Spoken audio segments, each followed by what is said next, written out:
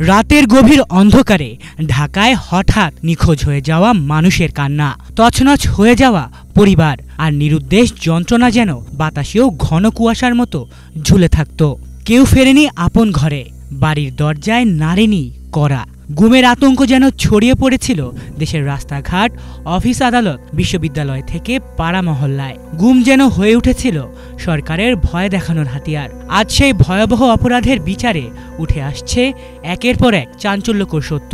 যেসব গুমের নির্দেশ দিতেন স্বয়ং ফ্যাসিস্ট হাসিনা, আর তা বাস্তবায়ন করতেন তারই ঘনিষ্ঠতম নিরাপত্তা উপদেষ্টা মেজর জেনারেল অবসরপ্রাপ্ত তারিক আহমেদ সিদ্দিক।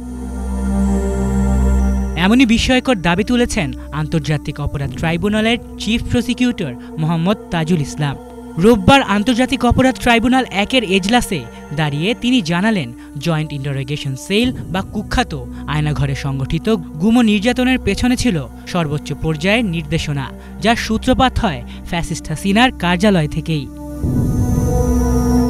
দুপুর 12টার পর ট্রাইব্যুনালের চেয়ারম্যান বিচারপতি মোহাম্মদ গোলাম মুর্তজা মজুমদারের নেতৃত্বে 3 সদস্যের বেঞ্চ যখন শুনানি শুরু করেন, তখন আদালত কক্ষে নেমে আসে পিনপতন নীরবতা। প্রসিকিউশন জানায়, হাসিনার নির্দেশ পৌঁছাতো প্রথমে তার প্রতিরক্ষা উপদেষ্টা মেজর তারিকের কাছে, আর তিনি সেই নির্দেশ পালনে ঝাঁপিয়ে পড়তেন নিরাপত্তা বাহিনীর বিশেষ টিম নিয়ে।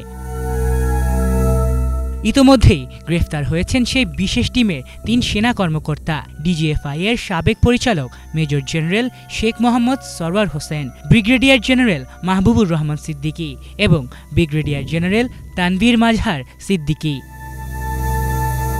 অন্যদিকে পলাতকদের দীর্ঘ তালিকার শীর্ষে রয়েছেন ফ্যাসিস্ট হাসিনার সাবেক প্রতিরক্ষা উপদেষ্টা মেজর জেনারেল অবসরপ্রাপ্ত তারিক আহমেদ সিদ্দিক।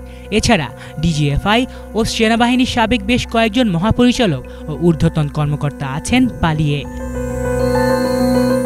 বাংলাদেশের ইতিহাসে সবচেয়ে অন্ধকার অধ্যায়গুলোর দায় এখন আদালতের টেবিলে। গুমের রাতগুলো হয়তো চলে গেছে, কিন্তু তার প্রতিধ্বনি আজও বিচার কক্ষের দেয়ালে দেয়ালে প্রতিফলিত। কারা নিখোঁজ হলো, কে দিল নির্দেশ, আর কার হাতে ঘটল গুমের ভয়ঙ্কর বাস্তবায়ন, এবার সেই সত্যের মুখোমুখি দেশ। আলিফ চৌধুরী, বাংলা ভিশন।